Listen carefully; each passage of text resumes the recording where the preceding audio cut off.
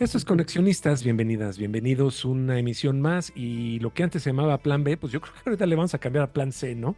Porque nos vamos a dedicar a desmenuzar esta nueva, pues, forma que quieren cambiar, alterar, modificar todo lo que es el Poder Judicial y pues pueden ver que estoy muy bien acompañado, está con nosotros Claudia Aguilar Barroso, Alejandro Envila Fischer, ambos especialistas en el tema, ambos con experiencia amplia en medios de comunicación y ambos estudiosos de pues todo este tema de constitucionalidad y temas de derecho que la verdad a mí yo he aprendido mucho gracias a las pláticas que hemos tenido acá. Si tienen oportunidad de revisar las que hemos tenido ya, sobre todo la anterior estuvo muy interesante.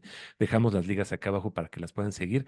Pero pues mientras tanto, vámonos al meollo del asunto, que en este caso vamos a, como lo comenté antes, vamos a desmenuzar el plan C y vamos a arrancar con el método de designación de jueces.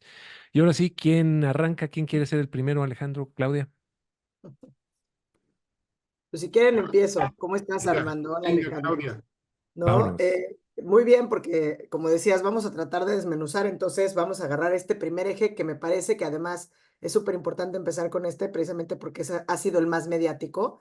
Es como que el que retoman todo, no solamente los medios, la prensa escrita, sino como que el que está, digamos, en cualquier charla donde se esté discutiendo el tema de la famosa reforma al Poder Judicial Federal o llamado Plan C, y que tiene que ver precisamente con una nueva forma de nombramiento que está planteada, que parte de esta idea de la falta de legitimidad democrática que tienen las personas juzgadoras federales. ¿Y qué entendemos por estas personas? Pues no nada más a las ministras y a ministros de la Suprema Corte de Justicia de la Nación, sino a todos los magistrados de circuito de toda la República Mexicana, a todos los jueces de distrito. Y además, en una segunda etapa, digamos, después de que se apruebe en una etapa posterior, también estarían incluidos aquí todos los magistrados y jueces a nivel local en este mecanismo de elección popular. ¿Por qué? Porque lo que se dice, por lo menos de quien presentó la iniciativa, que es el presidente Andrés Manuel López Obrador, es que solamente el que alguien, un representante, sea votado en las urnas, te da legitimidad democrática. Lo Ujú. demás es una imposición. Que eso pues también nos llevaría a otro mecanismo o otro tema de reflexión que seguramente Alejandro abordará más adelante. ¿Y qué es lo que pretenden hacer, digamos, en este momento? Es de manera inmediata, si se aprobara la reforma, que lo que pretenden es aprobar este planteamiento a partir de septiembre, es que se haga por una ocasión única una elección extraordinaria en el 2025, y que en esa elección extraordinaria se elijan de una vez por todas, digamos, a todos los jueces, a todos los magistrados, a todos los ministros de la Suprema Corte de Justicia de la Nación, lo cual quiere decir que en primer momento, pues también, digamos, descabezarían o decapitarían a todo el Poder Judicial Federal, precisamente para ser renovado por las personas que surgieran o que resultaran electas en las urnas, ¿no? Entonces, ¿qué me preocupa a mí? Particularmente, pues que es una propuesta que tiene por finalidad no democratizar el poder, sino realmente centralizar el ejercicio del poder. La propuesta de elegir ministros, magistrados y jueces, realmente lo que hace es además eliminar, por lo menos por lo que hace a jueces y magistrados, un sistema que hasta hoy venimos tratando de fortalecer, que es el sistema meritocrático, el sistema de la carrera judicial, por virtud del cual pues se ingresa a la carrera judicial desde los cargos más bajos, digamos oficial judicial, para pues eventualmente llegar a ser magistrado o magistrada de circuito. Y además, de manera colateral, pues esto pone en riesgo la independencia judicial, la autonomía de las personas juzgadoras, porque realmente esto además pues se traduce en una afectación a la garantía o al derecho humano de acceso a la justicia, porque todos tenemos derecho a ser juzgados por personas juzgadoras que sean independientes y no que provengan, digamos, de los factores reales o a quienes le van a depender, a quienes le van a rendir cuentas, ¿no?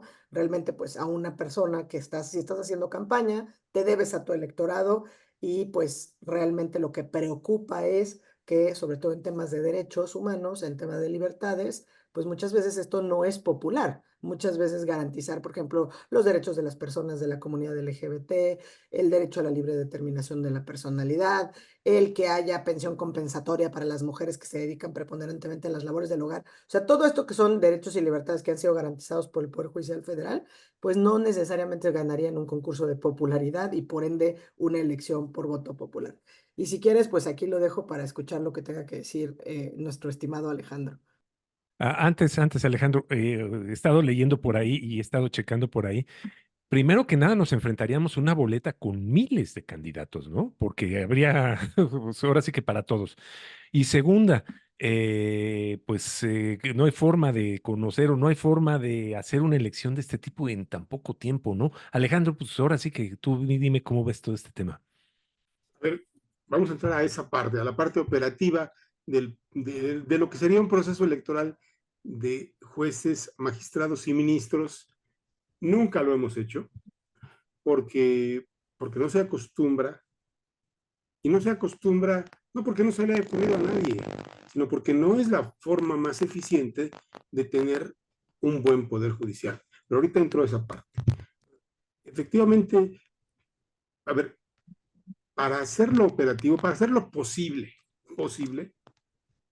pues ya están planteando, y el propio presidente lo ha sugerido, montarse en el sistema electoral que tenemos, de un país dividido en 300 distritos electorales federales, eh, y entonces, pues colocar en cada distrito a los candidatos, 10 candidatos sugeridos por el Poder Judicial, 10 candidatos sugeridos por el Poder Legislativo, 10 candidatos sugeridos por el Poder Ejecutivo, es decir, por el presidente de la República. De entrada, esto es antidemocrático porque se supone que todo ciudadano, abogado o conocedor de la ley tendría derecho a postularse. Bueno, pues no, no te puedes postular, te tiene que postular o el presidente o el legislativo o el judicial. Entonces, a ver, ¿queremos legitimidad de voto o no queremos legitimidad de voto? Legitimidad de voto, que vamos, lo legítimo no necesariamente es lo mejor. La legitimidad de voto implica que todos tengan derecho. Aquí no tendrían derecho todos, tendrían derecho los cercanos o los bien vistos por el presidente, los cercanos o los bien vistos por el Poder Legislativo y los cercanos o los bien vistos por el Poder Judicial, por la razón que tú me digas.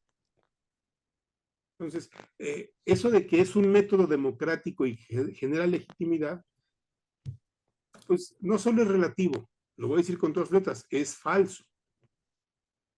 La legitimidad que tienen los magistrados, las magistradas, los jueces, las jueces, las ministros, las ministras, los ministros, deriva de que los propone el Poder Ejecutivo, que me refiero al método actual, el Poder Ejecutivo, el presidente de la República, que fue votado por 30 millones de personas, y los aprueba el poder Legislativo, el Senado de la República, que también fue votado por muchos millones de personas. Claro. La legitimidad está ahí, eso se llama elección indirecta, existe en muchos sistemas políticos, y es un método perfectamente conocido, válido, legal y legítimo.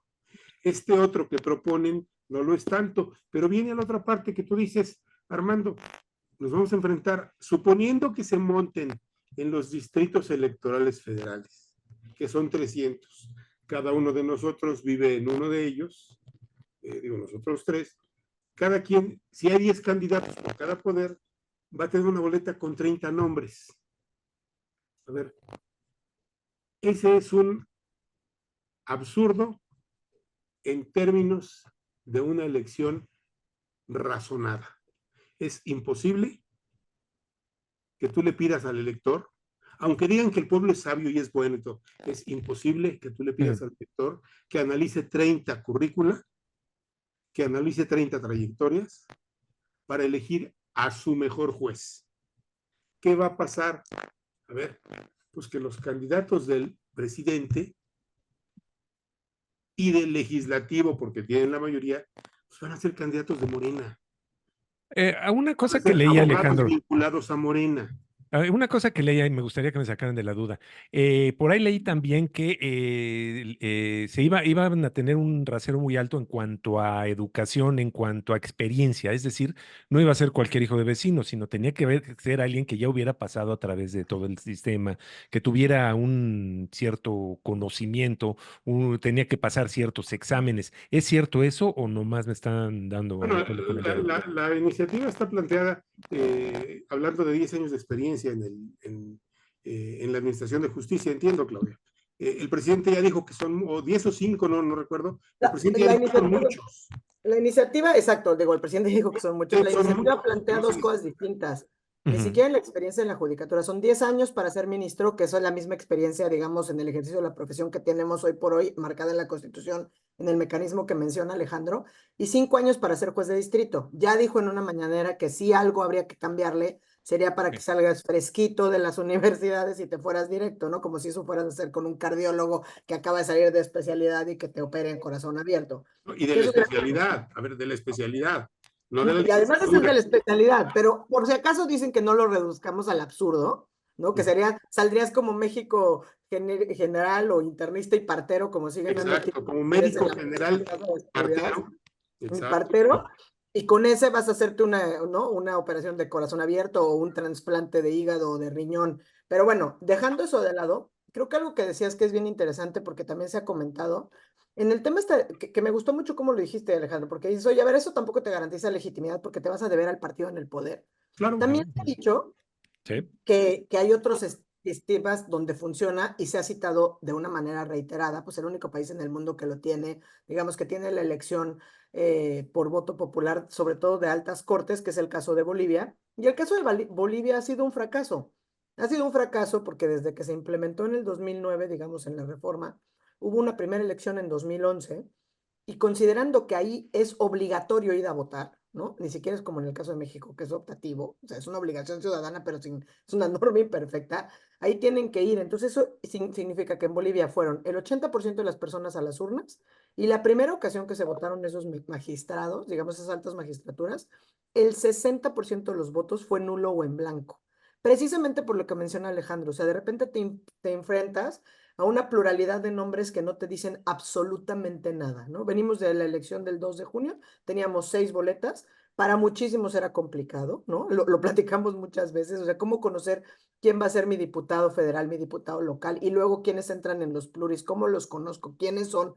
Imagínense eso, porque hablabas tú, Alejandro, de 30 personas, que solo es el caso de ministros. Si Sí. pensamos eso en el caso de magistrados y jueces, que al día de Exacto. hoy son cerca de 1,700 jueces federales Ujú. solamente, o sea, cerca de 1,700, imagínate eso, por cada cargo, por cada uno de esos 1,700, va a haber 6 personas propuestas, 2 por el Ejecutivo, 2 por la Cámara de Diputados y 2 por el propio Poder Judicial. O sea, y nada más hacer la matemática y pensar de qué tamaño sería la boleta. Y eso además, el presidente sí, efectivamente dijo, oye, que se hagan los 300 distritos que ya los tenemos. Pero por el otro lado, su propia iniciativa habla de los plenos regionales. Dice, vamos a dividirlo en las mismas regiones que tenemos dividido. Todo esto, desde luego, que lo tienen que bajar a la legislación secundaria, pero los Sí. candados, digamos, de requisitos de admisibilidad o de qué experiencia tienes que tener para ser persona juzgadora federal, o los candados, efectivamente, pues esos los tienen que poner en la Constitución. Lo que han dicho, ¿no? Digamos, en este tema solamente ha sido que si acaso piensan aceptar algo, de ninguna manera va a ser negociable el tema de la elección de las personas del Poder Judicial Federal, digamos, obviamente de ministros no, lo han dicho senadores, lo han dicho diputados, lo ha dicho una y mil veces el presidente, y lamentablemente creo que también lo ha comentado la doctora Sheinbaum, ¿no? Incluso me parece que el día de ayer todavía lo volvió a decir, que el tema de la elección va porque va, y quizá lo que han dicho incluso algunos voceros de la propia presidenta o virtual presidenta electa, porque entiendo que sigue siendo virtual, ha sido que van a discutir tal vez solo dos cosas. Si es una reforma gradual, es decir, la gradualidad, y no la veo para ministros, la veo si acaso para jueces y magistrados, así como lo han platicado, y el tema de quiénes pueden acceder a estos cargos, ¿no? O sea, qué candados les pondrían y esto sin tomar en cuenta la última declaración del presidente de quitar hasta el tema de la experiencia, que sí sería gravísimo, ¿no? Entonces, aquí lo que hemos dicho es, pues la cooptación por el partido en el poder es evidente, o sea, ya no es una especulación, también así lo ilustra el caso de Bolivia. En la segunda elección que hubo, les decía, 2011 fue un fracaso, 2017 que se volvió a llevar a cabo la elección, fue un fracaso todavía más grave, en lugar de que solo el 60% fuera nulo o en blanco, cerca del 66% fue nulo o en blanco. Y sí, puedo alcanzar a que alguien nos diga, bueno, México no es Bolivia. No, México no es Bolivia, pero si tenemos el único ejemplo que hemos visto que ha sido fallido, porque en los números no muestra interés para cuidar las urnas, pero además tampoco ha transformado la forma en que se imparte justicia, ni ha logrado abatir la corrupción, ni ninguno de los otros vicios donde quede claramente no hay ni siquiera un nexo causal entre la propuesta y lo que pretende curar, ¿no? O erradicar, pues yo creo que mejor no deberíamos de estarle cambiando y sí podríamos estar mejorando otras cuestiones, no, que sin duda, bueno, pues los mecanismos de nombramiento no hay ninguno perfecto, y no sé Alejandro, pero yo creo que ni siquiera lo podemos alcanzar a diseñar, ¿no? ¿Por qué? Porque al final del día intervienen o intervenimos seres humanos en todo el proceso de nombramiento. Podría transformarse en una máquina inoperante, vamos a decirlo de alguna A ver, manera. en una máquina inoperante, en una máquina peligrosa, y a ver, Claudia citaba, tuvimos 6 boletas en la elección de presidente de la República, bueno, digamos, de titular del Poder Ejecutivo y integrantes del Poder Legislativo, y ya era complicado, 6 boletas. ¿Qué pasa? Cuando la gente tiene muchas opciones, que tiene que decidir en la urna en 2, 3, 5, 10 minutos, lo que acaba es votando por los partidos y votando en línea, no por los candidatos. ¿Sí? Aquí, qué va a ocurrir? Como lo están planteando, no van a estar los partidos en la boleta, Ya es a lo que iba, sí. pero van a estar, a ver, el partido en el poder está en el Ejecutivo y va a haber candidatos del Ejecutivo, el partido en el poder domina el Legislativo y va a estar, sus candidatos van a estar en el Legislativo y los candidatos del Judicial, que por cierto, yo insisto por una muy mala operación de comunicación, no de hoy, de hace muchos años del Poder Judicial, está completamente desprestigiado, no porque sea malo, y no lo voy a defender ni voy a decir que es perfecto, pero pues, como los ministros, magistrados y jueces nunca entendieron que tenían que aprender a comunicar y vincularse a la sociedad, hoy están sufriendo las consecuencias de eso. ¿Quién va a ganar? Van a ganar los candidatos del Ejecutivo, es decir, los de Morena, y los del Legislativo, es decir, los de Morena. ¿Sí? Es una elección que aunque no tenga los logotipos de los partidos, va a ser una elección de Morena contra el Poder Judicial, así, contra el Poder Judicial de hoy, el que existe hoy, que propondría. ¿Sí? Vamos, es absolutamente irracional. No te garantiza es que elegir a los mejores perfiles, te garantiza elegir a los perfiles populares. Y en materia de justicia, pues es como en cualquier otra materia técnica especializada, como en materia de ciencia, como en materia de salud. Tú no te operas con un doctor que acaba de salir de la carrera, así sea 10 de promedio, ¿eh? Sí, sí, sí. Así Sí, sí, sea, sí. voy a hablar de la UNAM, medalla Gavino Barrera. Sí, sí, sí. No te operas con un doctor. Es más, un doctor que acaba de salir de la carrera no se atreve a operarte, aunque acabe de salir de la especialidad, ¿eh? No Sí, solo sí, sí, sí. licenciatura. Entonces, aquí es lo mismo. A Ok. ver, tú no contratas como, como, como director de finanzas de tu empresa a un recién egresado, aunque sea medalla Gavino Barreda, de la universidad. Es Muy más, bien. para que lo contrates como director de finanzas, necesita no solo tener estudios, tener una larga carrera y experiencia. La Claro. materia judicial es técnica, altamente técnica, requiere de conocimientos, no requiere de popularidad. Y ya para terminar, a ver, ya lo dijimos en una sesión anterior, si la fórmula para terminar con la corrupción fuera la elección popular, no tendríamos expresidentes con fama de corruptos. Sí, sí, sí. No tendríamos legisladores y exlegisladores con fama de corruptos. ¿Por qué? Sí, sí, sí. Porque todos los actuales y los anteriores han sido elegidos por voto popular. La Muy bien. legitimidad de voto no te garantiza, y ahí tenemos la historia reciente y antigua de México y de cualquier otro país, no te Prácticamente garantiza cualquier honestidad, país. Muy prácticamente bien. cualquier país. Pues así es esto. Pues esto es el tema, ¿no? El tema del método de designación que, pues aquí están los asegúnes, según Alejandro Envila y según Claudia Aguilar. ¿Qué tema vamos a ver a partir de la próxima entrega, Claudia, Alejandro? ¿Qué es lo que vamos a platicar la próxima entrega? Pues la idea es seguir, digamos, desmenuzando las propuestas del Plan C. Me parece que lo que debe seguir es el segundo tema al que quizá le han dado un poquito más de difusión, que es esta división o esta idea de partir lo que hoy conocemos como el Consejo de la Judicatura Federal Ah, ok. en dos órganos, un órgano de administración y un tribunal de disciplina, porque además este tribunal de disciplina también pasaría por este método de elección que acabamos de platicar con ustedes, ¿no? El tema de los nombramientos. Y yo retomaría algo que acaba de decir Alejandro que me parece bien interesante, ¿no? Quizá yo sí el matiz de, por lo menos en mi experiencia de haberme dedicado a esto, sí el Poder Judicial merece, por lo menos, sin duda, hay errores, pero creo que han venido mejorando en estos 30 años, ¿no? Es un Poder Judicial mucho más robusto, mucho más cercano, creo, a las causas, a las realidades. Y me gustaría rescatar quizá lo que dijo el ministro Lainez en su intervención en en ese inicio de los foros, ¿no? Él decía que se rehusaba, ¿no? Digamos, a creer que en 30 años, pues todo está mal, ¿no? Que el Poder Judicial no funciona Claro. para nada, que se rehúsa. Y me gustó mucho porque me pareció, primero, un compromiso como con el cuerpo al que al final del día no es de carrera, ¿no? Él no viene de carrera y creo que es un espaldarazo a los jueces y a los magistrados y a todos quienes se formaron en el Poder Judicial. Y por el otro lado, hizo esto que señala Alejandro, una crítica personal y dijo, si en algo hemos fallado en que no hemos sabido comunicar lo que hacemos. Y creo que eso también es otra manera de hacer política y de rendir cuentas de cara a la ciudadanía de uno de los tres poderes.